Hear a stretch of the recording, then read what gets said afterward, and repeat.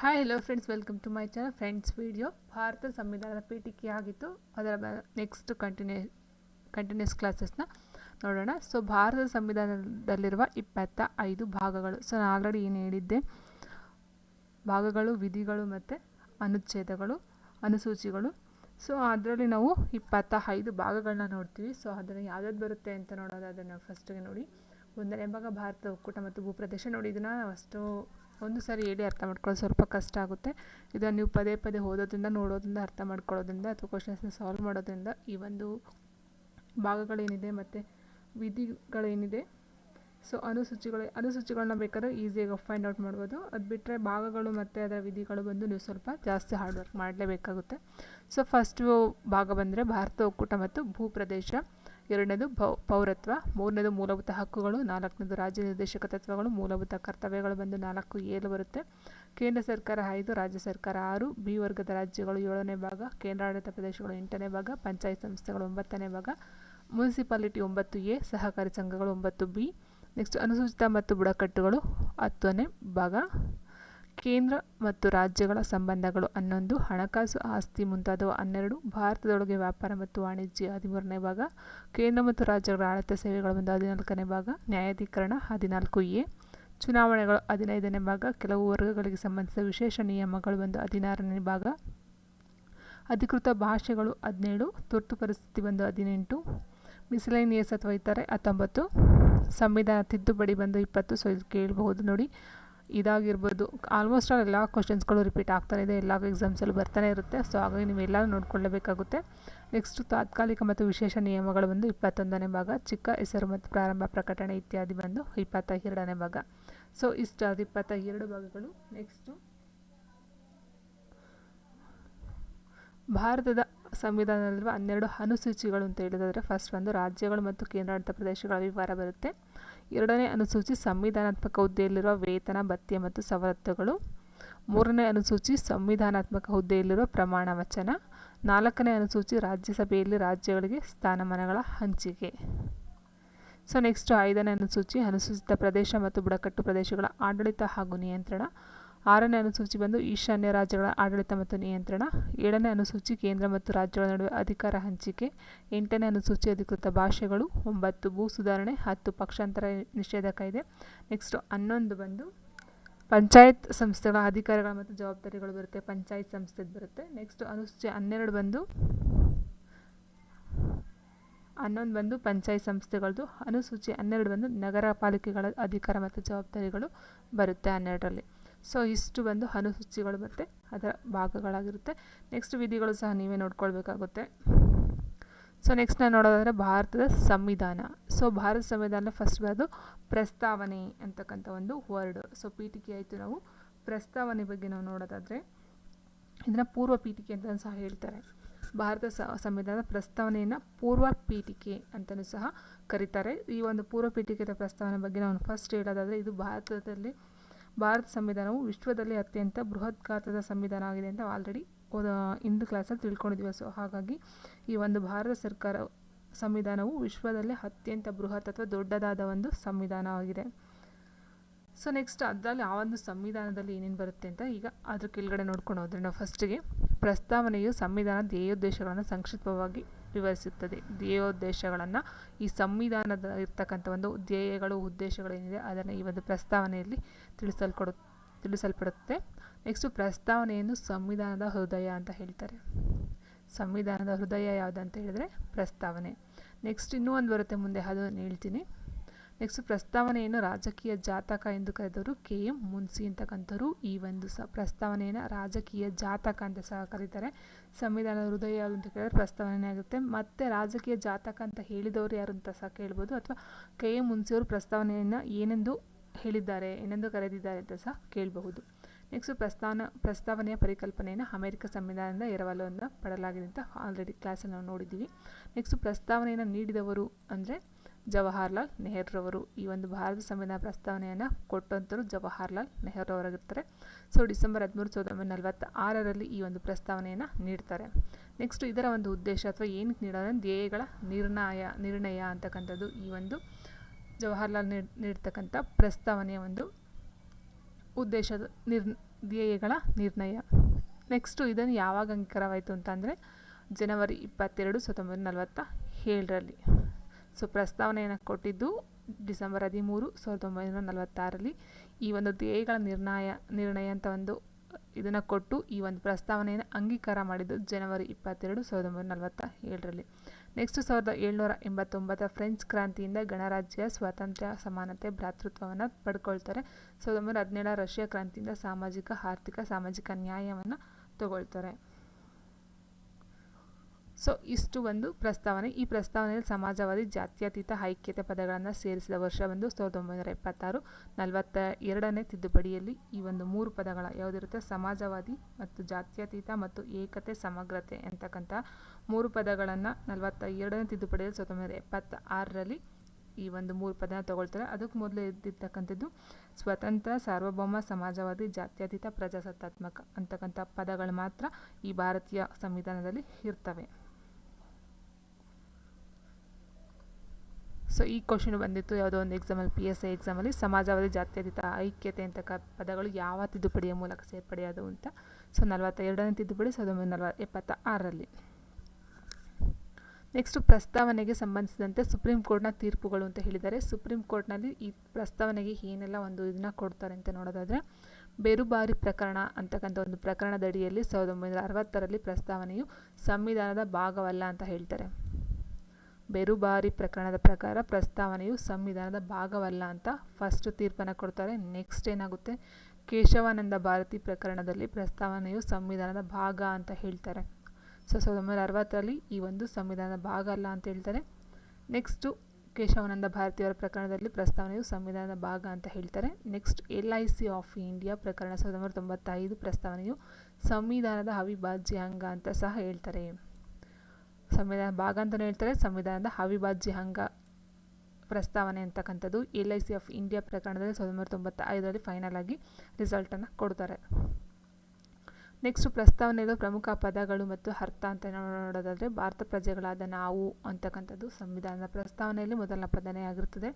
So ಎಲ್ಲೇ ಹೋದ್ರೂ ಭಾರತ ಪ್ರಜೆಗಳಾದ ನಾವು ಅಂತಲೇ ಮೆನ್ಷನ್ ಮಾಡಿ ಈ ಸಂವಿಧಾನದಲ್ಲಿ, ಅಥವಾ ಏನು ಇಂಡಿಯನ್ ಕಾನ್ಸ್ಟಿಟ್ಯೂಷನ್ ಅಂತ ಹೇಳ್ತೀವಿ. ಸೊ ಆ ಒಂದರಲ್ಲಿ ಫಸ್ಟ್ ಬರೋದೇ ನಾವು ಭಾರತ ಪ್ರಜೆಗಳಾದ ನಾವು ಅಂತಕ್ಕಂಥ ಒಂದು ಮಾತನ್ನು ಅಳವಡಿಸ್ಕೊಂಡಾಗ. ಸೊ ಭಾರತ ಸಂವಿಧಾನ ರಚಿಸಿದವರು ಮತ್ತು ಅದನ್ನು ಅಳವಡಿಸಿಕೊಂಡವರು ಭಾರತದ ಪ್ರಜೆಗಳು ಎಂದು ತಿಳಿಸುತ್ತದೆ. ಹೌದು. ಹಾಗೆ ಸಾರ್ವಭೌಮ ರಾಷ್ಟ್ರ ಅಂತ ಹೇಳಿದರೆ ಭಾರತವು ಆಂತರಿಕ ಮತ್ತು ಬಾಹ್ಯವಾಗಿ ಸ್ವತಂತ್ರ ನಿರ್ಣಯಗಳನ್ನು ಕೈಗೊಳ್ಳುವಂತಹ ಒಂದು ಅಧಿಕಾರವನ್ನು ಹೊಂದಿದೆ. ಭಾರತವು ಆಂತರಿಕವಾಗಿ ಮತ್ತು ಬಾಹ್ಯವಾಗಿ ಸ್ವತಂತ್ರ ನಿರ್ಣಯಗಳಂದರೆ ಭಾರತ ಅದರದೇ ಆದಂಥ ಒಂದು ನಿರ್ಣಯಗಳನ್ನು ಕೈಗೊಳ್ತಕ್ಕಂಥ ಒಂದು ಅಧಿಕಾರ ಹೊಂದಿದೆ. ಹೌದು ಅಲ್ಲೋ, ಪ್ರಧಾನಮಂತ್ರಿ ಆಗಿರ್ಬೋದು, ರಾಷ್ಟ್ರಪತಿಯವರಾಗಿರ್ಬೋದು, ಅಥವಾ ಅದರ ಕೆಳಗಡೆ ಬರ್ತಕ್ಕಂಥ ಅಧಿಕಾರಿಗಳನ್ನ ಸೇರಿಸ್ಕೊಂಡು ಭಾರತಕ್ಕೆ ಏನೇನು ಬೇಕೋ ಆ ಒಂದು ಸ್ವತಂತ್ರ ನಿರ್ಣಯಗಳನ್ನು ತೆಗೆದುಕೊಳ್ತಕ್ಕಂಥ ಅಧಿಕಾರ ಈ ಭಾರತ ರಾಷ್ಟ್ರಕ್ಕೆ ಇರುತ್ತೆ. ನೆಕ್ಸ್ಟ್ ಜಾತ್ಯತೀತ ರಾಷ್ಟ್ರ ಅಂತ ಹೇಳಿದರೆ ಭಾರತವು ಯಾವುದೇ ಧರ್ಮವನ್ನು ರಾಷ್ಟ್ರೀಯ ಧರ್ಮವನ್ನಾಗಿ ಸ್ವೀಕರಿಸಿಲ್ಲ. ಹೌದು. ಸೊ ನೋಡಿ, ಭಾರತದಲ್ಲಿ ಹಲವಾರು ಧರ್ಮಗಳಿವೆ. ಹಿಂದೂ, ಮುಸ್ಲಿಮ್ಸ್, ಕ್ರಿಶ್ಚಿಯನ್ಸ್, ಸಿಖ್, ಈ ಥರ ಹಲವಾರು ಧರ್ಮವನ್ನು ಒಳಗೊಂಡಿರ್ತಕ್ಕಂಥ ರಾಷ್ಟ್ರ ಏಕತಾ ರಾಷ್ಟ್ರ ಅಂತ ಸಹ ಹೇಳ್ತಾರೆ. ಸೊ ಜಾತ್ಯತೀತ ರಾಷ್ಟ್ರ ಆಗಿದೆ. ನೆಕ್ಸ್ಟ್ ಸಮಾಜವಾದಿ ಅಂತಕ್ಕಂಥದ್ದು ಸಮಾಜದಲ್ಲಿ ಸಾಮಾಜಿಕ ತಾರತಮ್ಯ ಇಲ್ಲದಿರುವುದು. ನೆಕ್ಸ್ಟ್ ಪ್ರಜಾಪ್ರಭುತ್ವ ಅಂದರೆ ಪ್ರಜೆಗಳಿಂದ ಪ್ರಜೆಗಳಿಗಾಗಿ ಪ್ರಜೆಗಳಿಗೋಸ್ಕರ ರೂಪಿಸಿದಂಥ ಒಂದು ಆಡಳಿತ ಅಂತ ಹೇಳ್ತಾರೆ. ನೆಕ್ಸ್ಟ್ ಗಣರಾಜ್ಯ ಅಂತಕ್ಕಂಥ ಹೇಳೋದಾದರೆ ಒಂದು ರಾಷ್ಟ್ರದ ಮುಖ್ಯಸ್ಥರನ್ನು ಪ್ರತ್ಯಕ್ಷ ಅಥವಾ ಪರೋಕ್ಷ ಚುನಾವಣೆಯ ಮೂಲಕ ಆಯ್ಕೆ ಮಾಡುವುದಕ್ಕೆ ಗಣರಾಜ್ಯ ಅಥವಾ ಗಣತಂತ್ರ ಅಂತ ಹೇಳ್ತಾರೆ. ಸೊ ನೆಕ್ಸ್ಟ್ ಸಮಾನತೆ ಅಂತ ಅಂದಾಗ ಸಮಾಜದ ಎಲ್ಲ ವರ್ಗ ಧರ್ಮದವರನ್ನು ಸಮಾನಾಗಿ ನೋಡುವುದು ಈ ಒಂದು ಸಮಾನತೆ ಆಗಿರುತ್ತೆ. ಭ್ರಾತೃತ್ವ ಅಂದರೆ ದೇಶದನ್ನು ಪ್ರತಿಯೊಬ್ಬರು ಪರಸ್ಪರ ಸಹೋದರತ್ವ ಮನೋಭಾವನೆಯಿಂದ ಜೀವಿಸ್ತಕ್ಕಂಥದ್ದು. ಸೊ ನ್ಯಾಯ ಅಂದರೆ ಎಲ್ಲ ಜನರಿಗೂ ಸಾಮಾಜಿಕ, ಆರ್ಥಿಕ, ರಾಜಕೀಯ ನ್ಯಾಯವನ್ನು ಒದಗಿಸಿಕೊಡ್ತಕ್ಕಂಥದ್ದು. ಇಷ್ಟು ಪ್ರಸ್ತಾವನೆಯಲ್ಲಿರುವ ಪ್ರಮುಖ ಪದಗಳು ಮತ್ತು ಅದರ ಅರ್ಥ ಆಗಿರುತ್ತೆ. ಸೊ ನೆಕ್ಸ್ಟು ಭಾರತದ ಒಕ್ಕೂಟ ಮತ್ತು ಅದರ ಭೂಪ್ರದೇಶಗಳ ಬಗ್ಗೆ ನಾವು ನೋಡೋದಾದರೆ, ಸಂವಿಧಾನದ ಭಾಗ 1ರಲ್ಲಿ ಏನು ಹೇಳಿದು 1ರಿಂದ 4ರವರೆಗೆ ವಿಧಿಗಳು ಭಾರತ ಒಕ್ಕೂಟ ಮತ್ತು ಅದರ ಭೂಪ್ರದೇಶದ ಬಗ್ಗೆ ವಿವರಿಸುತ್ತದೆ. ಸೊ ನೋಡಿ, ಸಂವಿಧಾನದ ಭಾಗಗಳು 1 ಅಂತ ಹೇಳಿದಲ್ಲ, ಭಾರತ ಒಕ್ಕೂಟ ಮತ್ತು ಭೂಪ್ರದೇಶ. ಸೊ 1ರಿಂದ 4 ವಿಧಿಗಳು ಈ 1ನೇ ಭಾಗದ ಅಡಿಯಲ್ಲಿ ಬರುತ್ತೆ, ಭಾರತದ ಒಕ್ಕೂಟ ಮತ್ತು ಭೂಪ್ರದೇಶದ ಬಗ್ಗೆ. ಸೊ ನೋಡಿ, ಇಲ್ಲಿ 1ನೇ ವಿಧಿ, ಈ ವಿಧಿ ಭಾರತವನ್ನು ಇಂಡಿಯಾ ಅಂದರೆ ಭಾರತ ಎಂದು ತಿಳಿಸುತ್ತದೆ. ಸೊ ಇಂಡಿಯಾ ಎಂದರೆ ಭಾರತ ಎಂದು ತಿಳಿಸುವಂಥ ವಿಧಿ ಯಾವುದು ಅಂತ ಕೇಳಬಹುದು. ಸೊ 1ನೇ ವಿಧಿ ಫಸ್ಟ್ ವಿಧಿ ಬಂದು ಭಾರತದ ಬಗ್ಗೆ ತಿಳಿಸ್ತಕ್ಕಂಥ ಒಂದು ವಿಧಿ. ಸೊ ನೆಕ್ಸ್ಟು 2ನೇ ವಿಧಿ ಬಂದು ಹೊಸ ರಾಜ್ಯಗಳನ್ನು ರಚನೆ ಮಾಡ್ತಕ್ಕಂಥದ್ದು. 3ನೇ ವಿಧಿ ರಾಜ್ಯಗಳ ಹೆಸರು ಮತ್ತು ಗಡಿ ಬದಲಾವಣೆ. 4ನೇ ವಿಧಿ ಬಂದು 2 ಮತ್ತು 3ನೇ ವಿಧಿಗಳಿಗೆ ಎರಡು ಏನಿದೆ ಹೊಸ ರಾಜ್ಯಗಳ ಮತ್ತು ರಚನೆ, ಅದರ ಹೆಸರು, ಗಡಿ ಬದಲಾವಣೆ ಇರ್ತದೆ. ಅದಕ್ಕೆ ಸಂಬಂಧಪಟ್ಟಂತೆ ಸಂಸತ್ ಸರಳ ಬಹುಮತದ ಮೂಲಕ ತಿದ್ದುಪಡಿಯನ್ನು ಮಾಡಬಹುದು ಅಂತ ಈ ಒಂದು 4ನೇ ವಿಧಿ ತಿಳಿಸ್ಕೊಡುತ್ತೆ. ನೆಕ್ಸ್ಟು ಸ್ವತಂತ್ರ ಬಂದ ಸಂದರ್ಭದಲ್ಲಿ ಭಾರತದಲ್ಲಿದ್ದ ಒಟ್ಟು ದೇಶೀಯ ಸಂಸ್ಥಾನಗಳು ಎಷ್ಟು ಅಂತ ಕೇಳಿದರೆ 552 ಸಂಸ್ಥಾನಗಳು ಸ್ವತಂತ್ರ ಬಂದಾಗ 1947ರಲ್ಲಿ ಏನಿತ್ತು ಆವಾಗ ದೇಶೀಯ ಸಂಸ್ಥಾನಗಳಿದ್ದು 552. ಭಾರತದ ಒಕ್ಕೂಟಕ್ಕೆ ವಿಲೀನವಾದ ಸಂಸ್ಥಾನಗಳ ಸಂಖ್ಯೆ ಬಂದು 549. ಸೊ ಏನು 552 ಸಂಸ್ಥಾನ ಇದ್ದು ಭಾರತಕ್ಕೆ ಒಕ್ಕೂಟಕ್ಕೆ ವಿಲೀನವಾದಂಥ ಸಂಸ್ಥಾನ ಬಂದು 549 ಆಗುತ್ತೆ. ಅದು 3 ಬಂದು ಹೈದರಾಬಾದು, ಜುನಾಗಢ, ಜಮ್ಮು ಮತ್ತು ಕಾಶ್ಮೀರ, ಈ 3 ಸ್ವತಂತ್ರವಾಗಿ ಉಳಿದ ಸಂಸ್ಥಾನಗಳಾಗುತ್ತೆ. ಸೊ ಇದು ಎಕ್ಸಾಮ್ಸಲ್ಲಿ ಬಂದಿತ್ತು. ಭಾರತದ ಒಕ್ಕೂಟಕ್ಕೆ ವಿಲೀನವಾಗದೆ ಉಳಿದಂತಹ ಸಂಸ್ಥಾನಗಳು ಯಾವುವು ಅಂತ ಕೊಟ್ಟಿದ್ರು. ಸೊ ಹೈದರಾಬಾದ್, ಜುನಾಗಢ, ಜಮ್ಮು ಮತ್ತು ಕಾಶ್ಮೀರ, ಈ 3 ಸಂಸ್ಥಾನಗಳು ಈ ಒಂದು ಭಾರತ ಒಕ್ಕೂಟಕ್ಕೆ ಸೇರ್ಕೊಳ್ಳೋದಿಲ್ಲ. ಸೊ ನೆಕ್ಸ್ಟ್ ಆಮೇಲೆ ಸೇರ್ಕೊಳ್ತವೆ. ಜಮ್ಮು ಮತ್ತು ಕಾಶ್ಮೀರ ಸಂಸ್ಥಾನ ಭಾರತ ಒಕ್ಕೂಟಕ್ಕೆ ವಿಲೀನವಾಗಿದ್ದು ಒಪ್ಪಂದದ ಮೂಲಕ. ಸೊ ಅಂದರೆ 1947 ಅಕ್ಟೋಬರ್ 26ರಂದು ಒಪ್ಪಂದದ ಮೂಲಕ ಈ ಒಂದು ಜಮ್ಮು ಕಾಶ್ಮೀರ ಸೇರಿಕೊಳ್ಳುತ್ತೆ. ನೆಕ್ಸ್ಟ್ ಜುನಾಗಢ ಸಂಸ್ಥಾನ ಬಂದು ಮತದಾನದ ಮೂಲಕ ಫೆಬ್ರವರಿ 2, 1948 ಸೇರಿಕೊಳ್ಳುತ್ತೆ. ನೆಕ್ಸ್ಟ್ ಹೈದರಾಬಾದ್ ಸಂಸ್ಥಾನ ಬಂದು ಆಪರೇಷನ್ ಪೋಲೋ ಕಾರ್ಯಾಚರಣೆಯ ಮೂಲಕ ಸೆಪ್ಟೆಂಬರ್ 17, 1948ರಲ್ಲಿ ಈ ಒಂದು ವಿಲೀನವನ್ನು ಆಗುತ್ತೆ. ಸೊ ಇಷ್ಟು 3. ಸೊ ಇಲ್ಲಿ ಕೇಳ್ಬೋದು ಹೈದರಾಬಾದ್ ಸಂಸ್ಥಾನ ಯಾವ ಒಂದು ಕಾರ್ಯಾಚರಣೆ ಮೂಲಕ ಅಂತ ಕೇಳ್ಬೋದು, ಅಥವಾ ಯಾವಾಗ ಅಂತ ಕೇಳ್ಬೋದು, ಅಥವಾ ಭಾರತ ಒಕ್ಕೂಟಕ್ಕೆ ವಿಲೀನವಾಗದೆ ಉಳಿದಂತಹ ಸಂಸ್ಥಾನಗಳು ಯಾವ್ಯಾವು ಅಂತ ಕೇಳಬಹುದು. ನೆಕ್ಸ್ಟ್ ನೋಡೋದಾದರೆ ನಾವು ಅತಿ ದೊಡ್ಡದಾದ ದೇಶೀಯ ಸಂಸ್ಥಾನ ಹೈದರಾಬಾದ್ ಸಂಸ್ಥಾನ, ಅತಿ ಚಿಕ್ಕದಾದ ದೇಶೀಯ ಸಂಸ್ಥಾನ ಬಂದು ಜುನಾಗಢ ಸಂಸ್ಥಾನ ಆಗಿರುತ್ತೆ.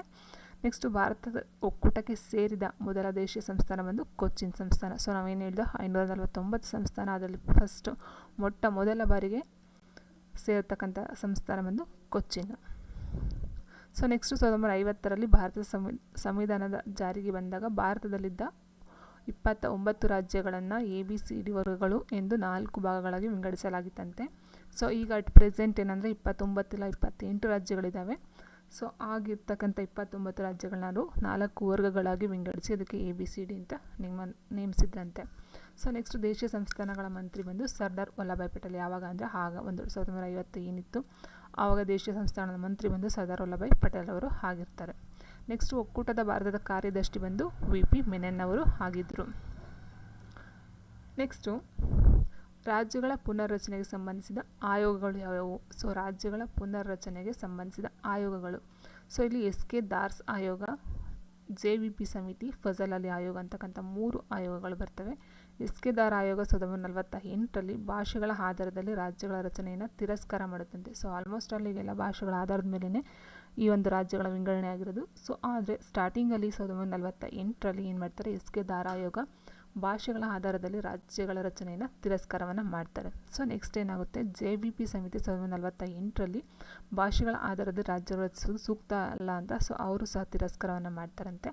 ನೆಕ್ಸ್ಟ್ ಫಜಲ್ ಅಲಿ ಆಯೋಗ 1953ರಲ್ಲಿ ಭಾಷೆಗಳ ಆಧಾರದಲ್ಲಿ ರಾಜ್ಯಗಳನ್ನು ರಚಿಸಲು ಶಿಫಾರಸನ್ನು ಮಾಡಿತ್ತು. ಸೊ ನೋಡಿ ಇದು ಕ್ವಶನ್ಸ್ ಬರ್ಬೋದು. ಭಾಷೆಗಳ ಆಧಾರದ ಮೇಲೆ ರಾಜ್ಯಗಳನ್ನು ರಚಿಸಲು ಶಿಫಾರಸು ನೀಡಿದಂತಹ ಆಯೋಗ ಯಾವುದು ಅಂತ ಕೇಳ್ಬೋದು. ಫಜಲ್ ಅಲಿ ಆಯೋಗ 1953. ಸೊ ನೆಕ್ಸ್ಟು ರಾಜ್ಯಗಳ ಪುನರ್ರಚನೆ ಕಾಯ್ದೆ ಜಾರಿಗೆ ಬಂದಂಥ ವರ್ಷ ಬಂದು 1956 ನವೆಂಬರ್ 1ರಂದು 7ನೇ ತಿದ್ದುಪಡಿಯ ಅನ್ವಯ ಈ ಒಂದು ರಾಜ್ಯಗಳ ಪುನರ್ರಚನೆ ಕಾಯ್ದೆ ಜಾರಿಗೆ ಬರುತ್ತೆ. ಸೊ ಅಂದರೆ ರಾಜ್ಯಗಳ ಪುನರ್ರಚನೆ ಕಾಯ್ದೆ ಜಾರಿಗೆ ಬಂದು 1956 ನವೆಂಬರ್ 1ರಂದು 7ನೇ ತಿದ್ದುಪಡಿ ಅನ್ವಯ ಇದರ ಒಂದು ಆಯೋಗ ಬಂದು ಫಜಲ್ ಅಲಿ ಆಯೋಗ 1953. ಸೊ ನೆಕ್ಸ್ಟ್ ಫ್ರೆಂಡ್ಸ್ 1956 ನವೆಂಬರ್ 1ರಂದು 14 ರಾಜ್ಯಗಳು ಮತ್ತು 6 ಕೇಂದ್ರಾಡಳಿತ ಪ್ರದೇಶಗಳನ್ನು ರಚಿಸಲಾಗುತ್ತೆ. ಸೊ ಏನು 29 ರಾಜ್ಯಗಳಿತ್ತು ಅದನ್ನು ಏನು ಮಾಡ್ತಾರೆ ನವೆಂಬರ್ 1, 1956ರಲ್ಲಿ 14 ರಾಜ್ಯಗಳು ಮತ್ತು 6 ಕೇಂದ್ರಾಡಳಿತ ಪ್ರದೇಶಗಳನ್ನಾಗಿ ರಚಿಸಲಾಗುತ್ತೆ. ನೆಕ್ಸ್ಟ್ ಭಾಷಾ ಆಧಾರದ ಮೇಲೆ ಪ್ರತ್ಯೇಕ ಆಂಧ್ರ ಪ್ರದೇಶ ರಾಜ್ಯ ರಚನೆಗೆ 56 ದಿನ ಉಪವಾಸ ಹೋರಾಟ ಮಾಡಿ ಮರಣ ಹೊಂದಿದ ವ್ಯಕ್ತಿ ಪುಟ್ಟಿ ಶ್ರೀರಾಮುಲು ಅಂತಕ್ಕಂಥವ್ರು ಆಂಧ್ರ ಪ್ರದೇಶದ ಒಂದು ರಾಜ್ಯದ ರಚನೆಗೆ ಹೋರಾಡ್ತಕ್ಕಂಥ ಒಬ್ಬ ವ್ಯಕ್ತಿಯಾಗಿ ಮರಣವನ್ನು ಹೊಂದ್ತಾರೆ. ಎಷ್ಟು 56 ದಿನ ಉಪವಾಸವನ್ನು ಮಾಡ್ತಾರಂತೆ. ಸೊ ಇದು ಭಾಷಾ ಆಧಾರದ ಮೇಲೆ ಮೊದಲ ಬಾರಿಗೆ ಮೊದಲ ರಾಜ್ಯ ಅಂದರೆ ಆಂಧ್ರ ಪ್ರದೇಶ. ನೆಕ್ಸ್ಟ್ ಭಾರತದ ಪ್ರಸ್ತುತ 28 ರಾಜ್ಯಗಳು 8 ಕೇಂದ್ರಾಡಳಿತ ಪ್ರದೇಶಗಳಿವೆ. ಸೊ ನೀವು ಸ್ವಲ್ಪ ಕನ್ಫ್ಯೂಸ್ ಆಗ್ಬೋದು. 28 ರಾಜ್ಯಗಳು 8 ಕೇಂದ್ರಾಡಳಿತ ಪ್ರದೇಶಗಳು ಅಂತ ಅಂದರೆ ಮೊದಲು 6 ಕೇಂದ್ರಾಡಳಿತ ಪ್ರದೇಶಗಳಿದ್ದು 28 ರಾಜ್ಯಗಳಿದ್ದು, ಬಟ್ ಇವಾಗ ಏನಾಗಿದೆ ಅಂದು ಅದು 8 ಆಗಿದೆ. ಸೊ ಏನು ಜಮ್ಮು ಮತ್ತು ಕಾಶ್ಮೀರ ಇತ್ತು ಇದು ಒಂದು ರಾಜ್ಯ ಅಂತ ಪರಿಗಣಿಸಿದರು, ಬಟ್ ಇವಾಗ ಈ ಜಮ್ಮು ಮತ್ತು ಕಾಶ್ಮೀರ ಒಂದು ಕೇಂದ್ರಾಡಳಿತ ಪ್ರದೇಶವನ್ನಾಗಿ ಮಾಡಿದ್ದಾರೆ. ಜಮ್ಮು ಮತ್ತು ಕಾಶ್ಮೀರವನ್ನು ಕೇಂದ್ರಾಡಳಿತ ಪ್ರದೇಶ ಮಾಡಿದ್ದಾರೆ. ಜಮ್ಮು ಮತ್ತು ಕಾಶ್ಮೀರದಲ್ಲಿರ್ತಕ್ಕಂಥ ಲಡಾಖ್ ಅಂತ ಏನಿದೆ, ಸೊ ಲಡಾಖ್ನ ಒಂದು ರಾಜ್ಯವಾಗಿ ವಿಂಗಡಣೆಯನ್ನು ಮಾಡಿದ್ದಾರೆ. ಲಡಾಖ್ ಒಂದು ರಾಜ್ಯ, ಜಮ್ಮು ಮತ್ತು ಕಾಶ್ಮೀರ ಬಂದು ಒಂದು ಕೇಂದ್ರಾಡಳಿತ ಪ್ರದೇಶ ಆಯಿತು. ಈ ಲಡಾಖ್ನ ಒಂದು ರಾಜಧಾನಿ ಬಂದು ಲೇಹ್ ಅಂತಕ್ಕಂಥದ್ದು ಲಡಾಖ್ನ ರಾಜಧಾನಿಯಾಗಿದೆ. ಈ ಲಡಾಖ್ನ ಜಮ್ಮು ಮತ್ತು ಕಾಶ್ಮೀರದಿಂದ ಬೇರ್ಪಡಿಸಿದ್ದಾರೆ. ಜಮ್ಮು ಮತ್ತು ಕಾಶ್ಮೀರವನ್ನು ಒಂದು ಕೇಂದ್ರಾಡಳಿತ ಪ್ರದೇಶವನ್ನಾಗಿ ಮಾಡಿದ್ದಾರೆ. ಮತ್ತು ದಿಯು ಮತ್ತು ದಾಮನ್, ದಾದ್ರಾ ಮತ್ತು ನಗರ ಹವೇಲಿ, ದಿಯು ಮತ್ತು ದಾಮನ್, ದಾದ್ರಾ ಮತ್ತು ನಗರ ಹವೇಲಿ ಅಂತ ಏನು 2 ಕೇಂದ್ರಾಡಳಿತ ಪ್ರದೇಶ ಇತ್ತು ಅದನ್ನು ಒಂದು ಮಾಡಿದ್ದಾರೆ. ಸೊ ಎರಡೂ ಸೇರಿಸಿ ಒಂದು ಕೇಂದ್ರಾಡಳಿತ ಪ್ರದೇಶವನ್ನಾಗಿ ಮಾರ್ಪಡಿಸಿದ್ದಾರೆ. ಸೊ ಹಾಗಾಗಿ ಒಟ್ಟು 28 ರಾಜ್ಯಗಳು, 8 ಕೇಂದ್ರಾಡಳಿತ ಪ್ರದೇಶಗಳು ಇದ್ದಾವೆ ಈಗ ಪ್ರಸ್ತುತ ಅಟ್ ಪ್ರೆಸೆಂಟ್. ನೆಕ್ಸ್ಟು ಕರ್ನಾಟಕ ಏಕೀಕರಣಗೊಂಡ ವರ್ಷ ಬಂದು ನವೆಂಬರ್ 1, 1956. ಜಮ್ಮು ಮತ್ತು ಕಾಶ್ಮೀರ ರಾಜ್ಯದ ಬಗ್ಗೆ ತಿಳಿಸುವ ವಿಧಿ ಬಂದು 370ನೇ ವಿಧಿ. ಸೊ ನೆಕ್ಸ್ಟ್ ಬಂದು ಭಾಗ 2 ಪೌರತ್ವ. ಇದು 5 ಮತ್ತು 5ರಿಂದ 11 ವಿಧಿಗಳು ಈ ಒಂದು ಪೌರತ್ವದ ಅಡಿಯಲ್ಲಿ ಬರುತ್ತೆ. ಭಾಗ 2ರಲ್ಲಿ ಪೌರತ್ವ ಬರುತ್ತೆ. ಸೊ ಪೌರತ್ವ ಅಂದಾಗ ಪೌರರು, ಭಾರತ ಒಂದು ಪೌರತ್ವ ಹೇಗೆ ಪಡ್ಕೊಳ್ತಾರೆ ಅಥವಾ ಪೌರರು ಯಾರು ಇರ್ತಾರೆ ಅದರ ಒಂದು ಏಕಪೌರತ್ವ, ದ್ವಿಪೌರತ್ವ, ಸೊ ಆ ಥರ ಒಂದು ಬರುತ್ತೆ. ಒಂದು ದೇಶದ ನಾಗರಿಕ ಮತ್ತು ರಾಜಕೀಯ ಹಕ್ಕುಗಳನ್ನು ಪೂರ್ತಿಯಾಗಿ ಅನುಭವಿಸುವ ವ್ಯಕ್ತಿಯು ಆ ದೇಶದ ಪೌರನಾಗಿರುತ್ತಾನೆ. ಸೊ ನೋಡಿ ಇಲ್ಲಿ ಒಂದು ದೇಶದ ನಾಗರಿಕ ಮತ್ತು ರಾಜಕೀಯ ಹಕ್ಕುಗಳನ್ನು, ಸೊ ಈ ಎಕ್ಸಾಮ್ಗೆ ಈ ಕ್ವಶನ್ ಬರಬಹುದು. ಒಂದು ದೇಶದ ನಾಗರಿಕ ಮತ್ತು ರಾಜಕೀಯ ಹಕ್ಕುಗಳನ್ನು ಪೂರ್ತಿಯಾಗಿ ಅನುಭವಿಸುವ ವ್ಯಕ್ತಿಯು ಆ ದೇಶದ ಪೌರನಾಗಿರುತ್ತಾನೆ. ಭಾರತದಲ್ಲಿ ಏಕಪೌರತ್ವ ಇದೆ. ಸೊ ಎರಡೆರಡು ದೇಶಕ್ಕೆ ಒಂದು ಪೌರತ್ವವನ್ನು ತಗೊಳ್ಳೋ ಹಾಗಿಲ್ಲ. ಭಾರತ ಪ್ರಜೆ ಏಕಪೌರತ್ವ ಮಾತ್ರ ಹೊಂದಿರ್ತಾನೆ. ಸೊ ಭಾರತದ ಏಕಪೌರತ್ವ ವಿಧಾನ ಎರವಲನ್ನು ಪಡ್ತಕ್ಕಂಥದ್ದು ಬ್ರಿಟನ್ ಸಂವಿಧಾನದಿಂದ ಈ ಒಂದು ಏಕಪೌರತ್ವ ಅಂತಕ್ಕಂಥ ಒಂದು ಇದನ್ನು ಎರವಲು ತಗೊಳುತ್ತೆ. ಸೊ ನೆಕ್ಸ್ಟು ದ್ವಿಪೌರತ್ವ ಹೊಂದಿದ ರಾಷ್ಟ್ರಗಳು. ಸೊ ಇದಕ್ಕೂ ಸಹ ಕೊಟ್ಟಿದ್ದರು ಎಕ್ಸಾಮಲ್ಲಿ, ದ್ವಿಪೌರತ್ವ ಹೊಂದಿರುವ ರಾಷ್ಟ್ರಗಳು ಯಾವ ಅಂತ ಕೊಟ್ಟಿದ್ರು, ಮತ್ತು ಏಕಪೌರತ್ವವನ್ನು ಹೊಂದಿರತಕ್ಕಂಥದ್ದು ಯಾವ ಒಂದು ದೇಶದಿಂದ ಎರವಲು ಪಡೆದಿದೆ ಅಂತ ಸಹ ಕ್ವಶನ್ಸು ಬಂದಿತ್ತು. ಸೊ ದ್ವಿಪೌರತ್ವ ಹೊಂದಿರುವ ರಾಷ್ಟ್ರಗಳು ಒಂದು ಅಮೆರಿಕ ಮತ್ತು ಸ್ವಿಟ್ಜರ್ಲ್ಯಾಂಡು. ನೆಕ್ಸ್ಟು ಪೌರತ್ವದ ಬಗ್ಗೆ ಸಂವಿಧಾನದ ಯಾವ ವಿಧಿಯಲ್ಲಿ ಭಾಗದಲ್ಲಿ ವಿವರಿಸಲಾಗಿದೆ ಅಂದರೆ 2ನೇ ವಿಧಿ ಅಂತ ನಾನು ಆಲ್ರೆಡಿ ಹೇಳಿದ್ದೀನಿ. ಸೊ ಪೌರತ್ವದ ಬಗ್ಗೆ ವಿವರಿಸುವ ವಿಧಿಗಳು ಬಂದು 5ರಿಂದ 11. ನೆಕ್ಸ್ಟು ಅನಿವಾಸಿ ಭಾರತೀಯರಿಗೆ ದ್ವಿಪೌರತ್ವ ನೀಡಲು ಶಿಫಾರಸು ಮಾಡಿದ ಸಮಿತಿ ಬಂದು LM ಸಿಂಘ್ವಿ ಸಮಿತಿ. ಅನಿವಾಸಿ ಭಾರತೀಯರಿಗೆ ದ್ವಿಪೌರತ್ವ, ಬಟ್ ಈಗಿರ್ತಕ್ಕಂಥದ್ದು ಏಕಪೌರತ್ವ, ಸ್ಟಾರ್ಟಿಂಗಲ್ಲಿ ದ್ವಿಪೌರತ್ವನ ನೀಡಲು ಶಿಫಾರಸು ಮಾಡಿದ ಸಮಿತಿ ಬಂದು LM ಸಿಂಘ್ವಿ ಸಮಿತಿ. ಸೊ ನೆಕ್ಸ್ಟು ಭಾರತದಲ್ಲಿ ಪೌರತ್ವ ಕಾಯ್ದೆ ಜಾರಿಗೆ ಬಂದ ವರ್ಷ ಬಂದು 1955ರಲ್ಲಿ. ಈ 55ರ ಪೌರತ್ವ ಕಾಯ್ದೆಗೆ ತಿದ್ದುಪಡಿ ಮಾಡಿದ ವರ್ಷ ಬಂದು 1986, 92, 2003, 2005, 2019. ಸೊ ಇಷ್ಟು ಸಹ 5 ತಿದ್ದುಪಡಿಗಳು ಈ ಒಂದು 1955ರ ಪೌರತ್ವ ಕಾಯ್ದೆಯಡಿ ಬರುತ್ತೆ. ಸೊ ನೆಕ್ಸ್ಟ್ ಪೌರತ್ವಕ್ಕೆ ಸಂಬಂಧಿಸಿದ ಪ್ರಮುಖ ವಿಧಿಗಳು ಇದೆ. ಸೊ ಇದನ್ನು ನೀವೇ ನೋಡ್ಕೊಳ್ಬೇಕಾಗುತ್ತೆ.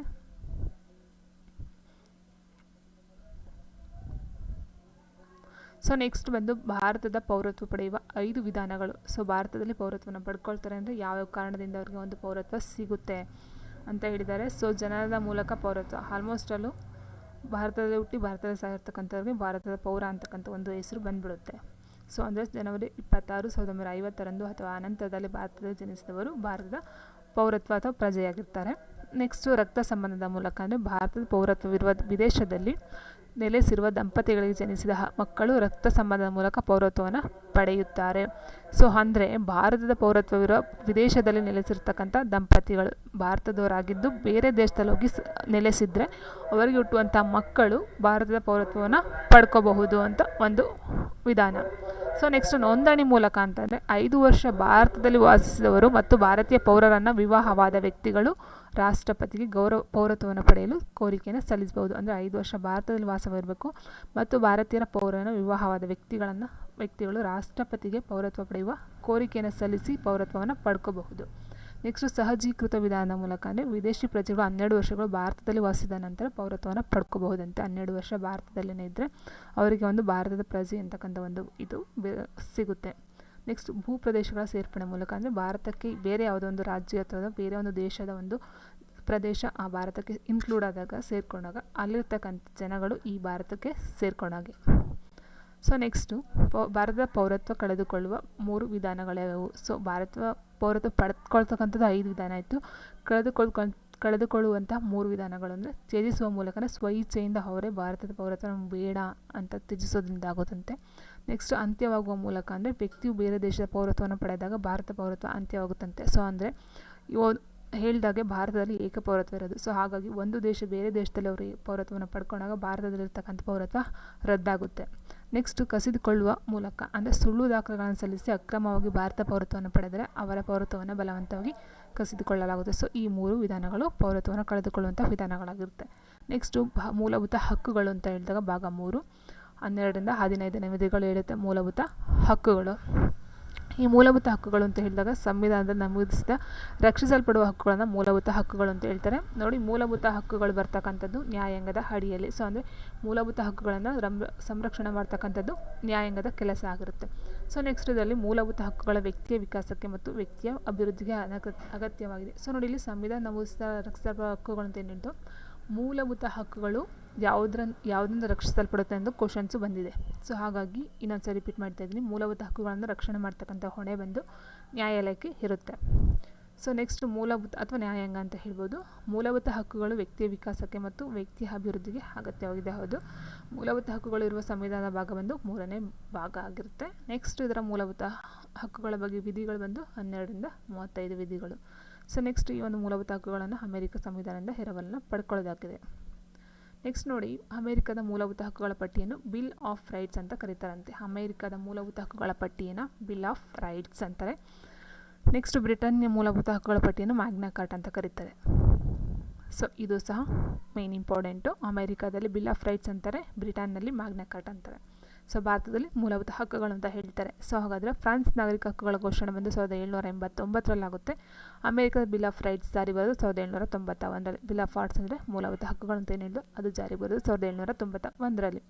ನೆಕ್ಸ್ಟ್ ವಿಶ್ವಸಂಸ್ಥೆ ಮಾನವ ಹಕ್ಕುಗಳ ಘೋಷಣೆ ಡಿಸೆಂಬರ್ 10, 1948ರಲ್ಲಾಗುತ್ತೆ. ವಿಶ್ವಸಂಸ್ಥೆ ಮಾನವ ಹಕ್ಕುಗಳ ಘೋಷಣೆ ಡಿಸೆಂಬರ್ 10, 1948ರಲ್ಲಿ. ಸೊ ಹಾಗಾಗಿ ಡಿಸೆಂಬರ್ 10ನ ನಾವೇನು ಹೇಳ್ತೀವಿ, ಮಾನವ ಹಕ್ಕುಗಳ ದಿನ ಅಂತ ಆಚರಣೆನ ಮಾಡ್ತೀವಿ, ಡಿಸೆಂಬರ್ 10. ನೆಕ್ಸ್ಟು ಸಂವಿಧಾನ ಜಾರಿಗೆ ಬಂದಾಗ ಇದ್ದ ಮೂಲಭೂತ ಹಕ್ಕುಗಳು ಬಂದು 7. ಇವಾಗ ಅಟ್ ಪ್ರೆಸೆಂಟ್ ಇರ್ತಕ್ಕಂಥದ್ದು 6. ಅದರಲ್ಲಿ ಆಸ್ತಿ ಹಕ್ಕನ್ನು ತೆಗೆದುಹಾಕಲಾಗುತ್ತೆ. ನೋಡಿ, ಸಮಾನತೆ ಹಕ್ಕು, ಸ್ವಾತಂತ್ರ್ಯ ಹಕ್ಕು, ಶೋಷಣೆ ವಿರುದ್ಧ ರಕ್ಷಣೆ ಹಕ್ಕು, ಧಾರ್ಮಿಕ ಸ್ವಾತಂತ್ರ್ಯದ ಹಕ್ಕು, ಸಾಂಸ್ಕೃತಿಕ ಮತ್ತು ಶೈಕ್ಷಣಿಕ ಹಕ್ಕು, ಆಸ್ತಿ ಹಕ್ಕು, ಸಂವಿಧಾನಾತ್ಮಕ ಪರಿಹಾರ ಹಕ್ಕು. ಬಟ್ ಇದರಲ್ಲಿ ಆಸ್ತಿಯ ಹಕ್ಕು ಏನಿದೆ ಇದನ್ನು ತೆಗೆಯಲಾಗುತ್ತೆ. ಆಸ್ತಿ ಹಕ್ಕನ್ನು ಮೂಲಭೂತ ಹಕ್ಕುಗಳ ಪಟ್ಟಿಯಿಂದ ತೆಗೆದುಹಾಕಿದ ವರ್ಷ ಬಂದು 1978, 44ನೇ ತಿದ್ದುಪಡಿ. ಸೊ ಇದು ಸಹ ಕ್ವಶನ್ ಬಂದಿದೆ. 44ನೇ ತಿದ್ದುಪಡಿ ಅನ್ವಯ ಈ ಆಸ್ತಿ ಹಕ್ಕನ್ನು ತೆಗೆಯಲಾಗುತ್ತೆ. ನೆಕ್ಸ್ಟ್ ಆಸ್ತಿ ಹಕ್ಕು ಪ್ರಸ್ತುತ 300A ವಿಧಿಯಡಿ ಕಾನೂನಾತ್ಮಕವಾಗಿ ಹಕ್ಕಾಗಿದೆ ಅಂತ ಹೇಳ್ತಾರೆ. ಸೊ ನೆಕ್ಸ್ಟ್ ಬಂದು ಸಮಾನತೆ ಹಕ್ಕು. ಸೊ ಅದರ ಒಂದು ನೀವು ಇದನ್ನು ನೋಡ್ಕೋಬೇಕಾಗುತ್ತೆ ವಿಧಿಗಳು. ಸ್ವಾತಂತ್ರ್ಯದ ಹಕ್ಕು,